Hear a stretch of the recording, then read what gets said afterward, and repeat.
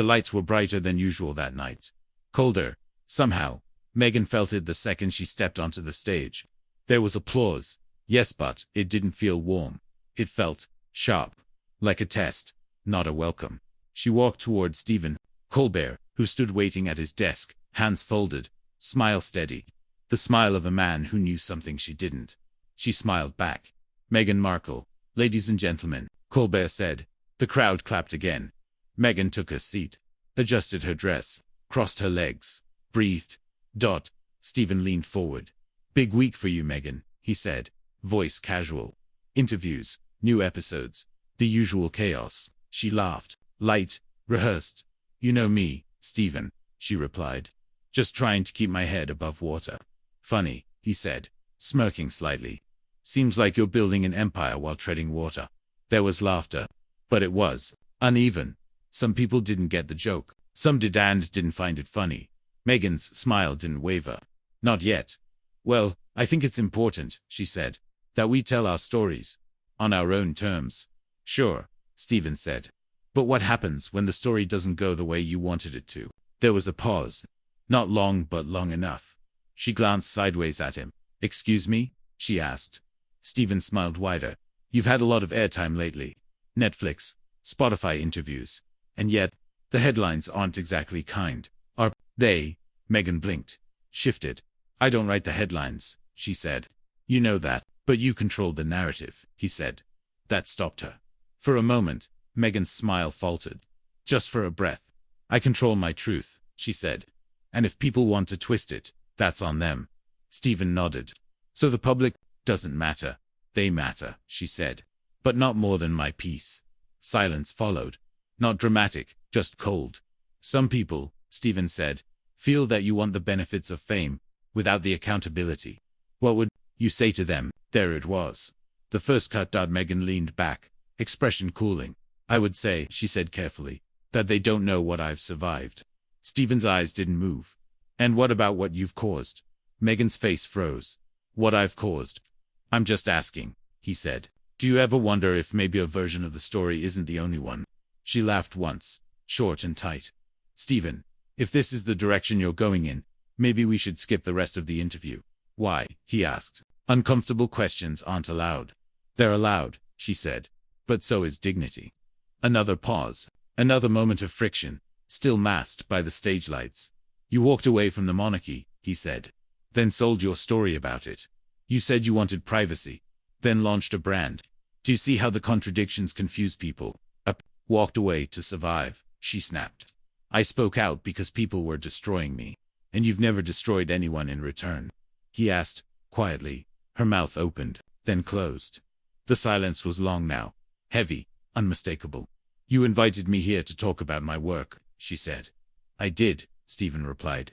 But the world isn't watching because of your podcast.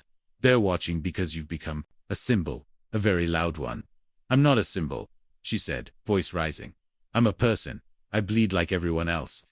Do you think you've made space for other people to bleed too? He asked. That was it. The moment broke. Meghan stood up. I'm done, she said. You're walking off? He asked, eyebrows raised. She didn't answer. She turned, heels striking the floor like punctuation. The audience was silent. Cameras kept rolling. Stephen watched her leave. Didn't move. Didn't chase her. He looked at the camera, paused. Well, he said, we'll be right back. The hallway outside the studio was silent. No laughter, no crew chatter.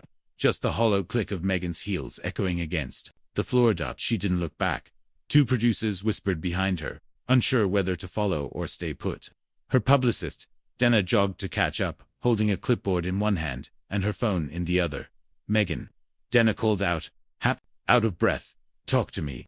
Meghan didn't stop walking. Inside the studio, Stephen Colbert sipped water. The crowd waited. A few awkward laughs filled the vacuum. He cleared his throat, leaned into the mic. Well, I think that may be a first. Backstage, Meghan pushed through the dressing room door and slammed it shut behind her. Dana entered seconds later. Gently, let's take a breath. Okay. No, Meghan snapped.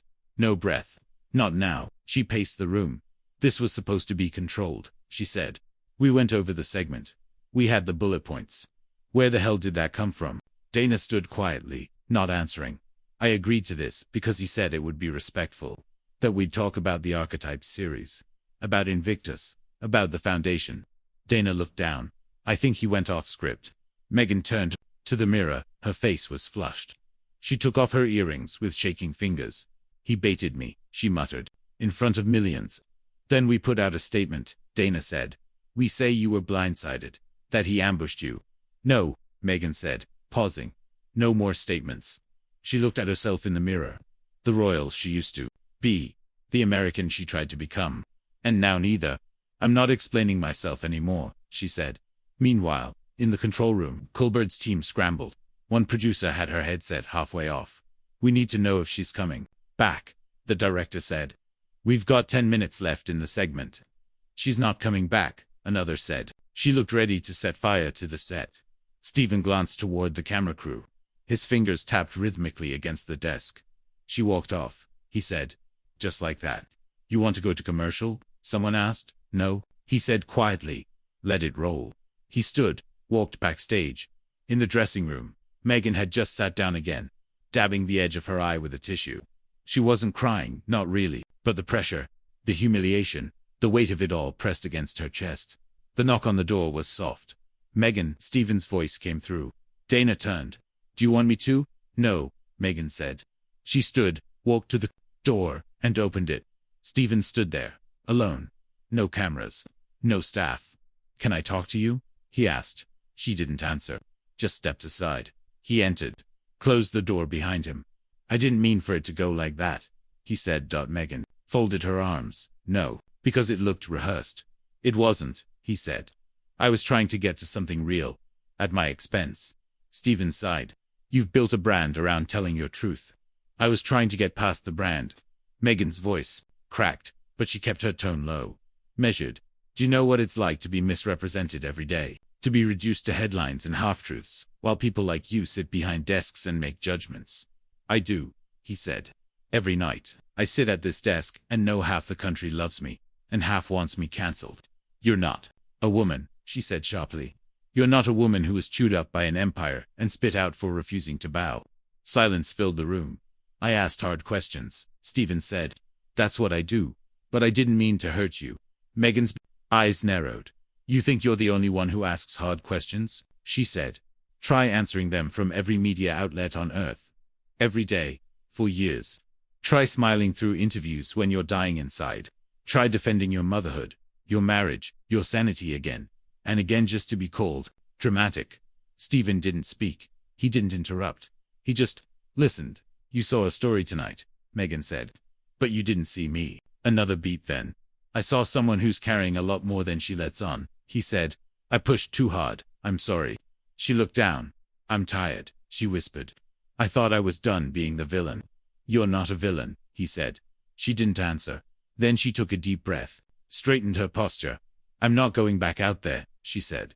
Not tonight. Stephen nodded once. I get it. He walked toward the door, paused. For what it's worth, he said, people saw something real tonight. And whether they love you or hate you, they'll remember it. She closed the door behind him. Moments later, in the studio, the lights dimmed. The audience buzzed, still uncertain. Colbert returned to his seat, looked at the camera. We had a moment backstage, he said. And tonight's show didn't go as planned. But sometimes, the unplanned stuff says more than a script ever could. The screen faded to black. Online. The chaos erupted. Clips circulated within seconds. TikTok, Instagram, YouTube, Twitter. Each one slicing the moment differently. Some showed Meghan walking off mid-question. Others replayed the quiet moment backstage. Between her and Colbert, captured by a behind-the-scenes camera, someone accidentally left running. Comment sections exploded. She's fake. No, she's real for once. He ambushed her. She couldn't handle truth. The hashtags trended for hours. Hashtag Meghan walks out. Colbert vs. Markle. Not a fair fight. Back in her hotel room. Meghan lay in bed, phone off. Lights off. Harry had called 3 times. She hadn't answered. The weight of it all felt thicker in the dark. Like a second skin, one she couldn't take off. And yet somewhere in the silence was something unexpected. Relief because the mask had cracked. And for the first time, maybe the world saw the fracture. The morning after was colder than the night before. Not outside. Inside. Inside the suite. Inside her chest. Inside the headlines. Meghan sat at the edge of the bed, robe cinched tightly. Phone face down on the nightstand, like it was cursed. She hadn't opened it. Not yet. The TV was on in the background. Muted. Her face was everywhere. Clips of the walk-off commentary. Pundits dissecting the tone of her voice. The twitch in her eyebrow. The stiffness in her shoulders. Dana knocked lightly. Room service is here, she said. Meghan nodded, but didn't move. Dana stepped in, set the tray down, and sat across from her. You okay? Silence. Then, did we lose everything? Meghan asked, voice barely audible. Dana paused. We didn't lose anything, she said. But the game changed. That word game, that single quotes, as what it had become, hadn't it? Not truth, not justice, not even redemption. A game image, narrative, retaliation. Meghan stood and walked to the window. Outside, reporters had already gathered, lenses up, mouths moving. She sighed. You know what's wild, she said. I didn't even yell. Dana smiled weakly.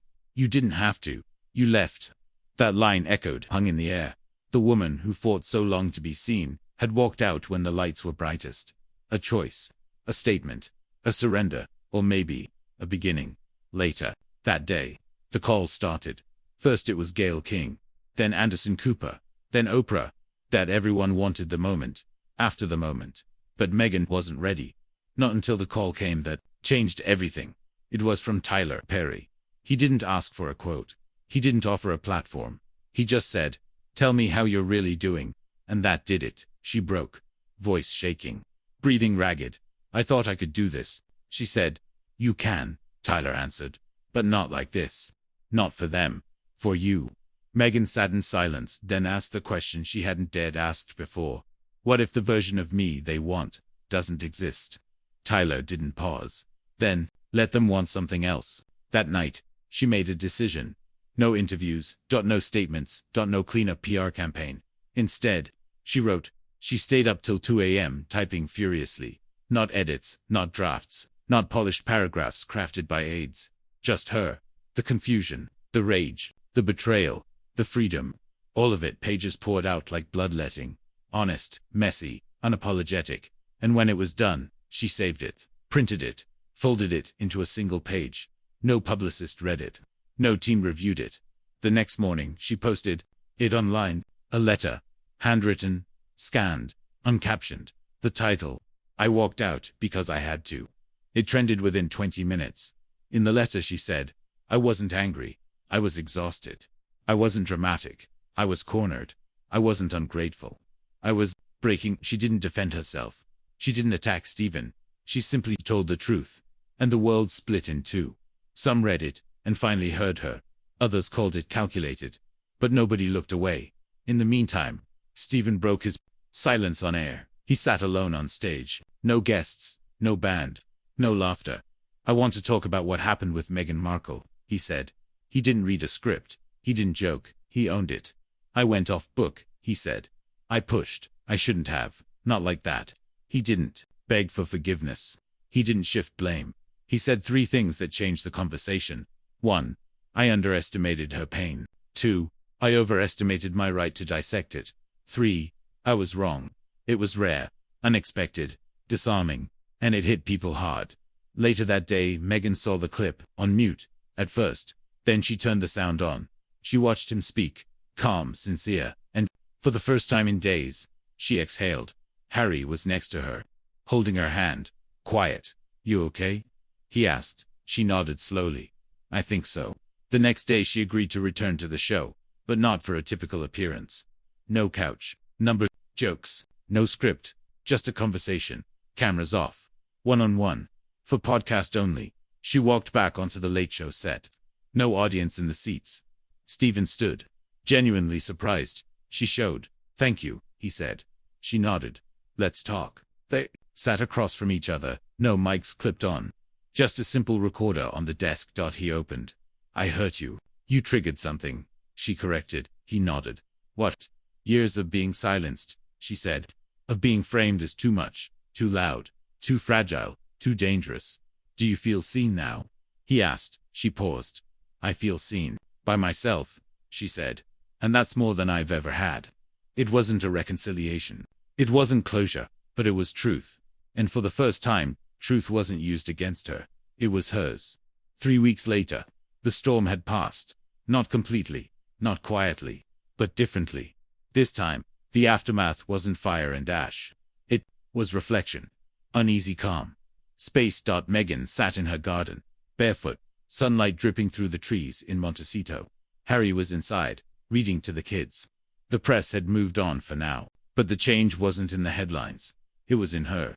She'd stopped waiting for vindication. She didn't need the world to suddenly understand her. She didn't need to win. She just needed to speak. And she had. The letter had traveled across the globe, read in newsrooms, quoted in editorials, parodied in tabloids. But what no one expected was how many people whispered. I felt that too. Messages poured in. From women, from men, from former reporters, ex-royals, interns, therapists, teenagers, strangers, all of them. Moved, not because she was perfect, but because she finally stopped trying to be. One message stood out, from an anonymous account. No photo, no bio. You walked out, and it made me stay alive another day. Thank you. She stared at it for a long time. She never replied. She didn't need to.